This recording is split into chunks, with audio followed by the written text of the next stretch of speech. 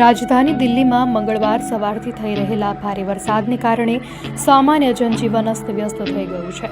વરસાદને કારણે અનેક સ્થળોએ પાણી ભરાયા છે અને ટ્રાફિક જામની સમસ્યા પણ વધી છે.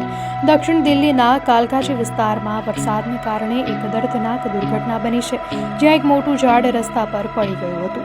મળતી માહિતી મુજબ કાલકાજીના બી બ્લોક પારસ ચોક નજીક એક મોટું લીમડાનું ઝાડ અચાનક રસ્તા પર પડી ગયું. આ ઘટના સમયે ત્યાંથી પસાર થઈ રહેલા એક બાઇક સવાર પિતા પુત્રી આ ઝાડ નીચે દબાઈ ગયા હતા.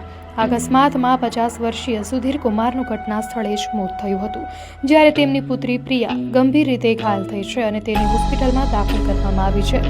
ઝાડ પડવાથી નજીકથી પસાર થઈ રહેલી એક કારને પણ નુકસાન થયું હતું. ઘટનાની જાણ થતાં જ સ્થાનિક પોલીસ અને પ્રશાસનની ટીમો ઘટના સ્થળે પહોંચી હતી અને બચાવ કાર્ય શરૂ કર્યું હતું. જેસીબીની મદદથી ઝાડને હટાવવાનું કામ કરવામાં આવ્યું હતું. આ સમગ્ર ઘટના સીસીટીવી ફૂટેજમાં પણ કેદ થઈ છે.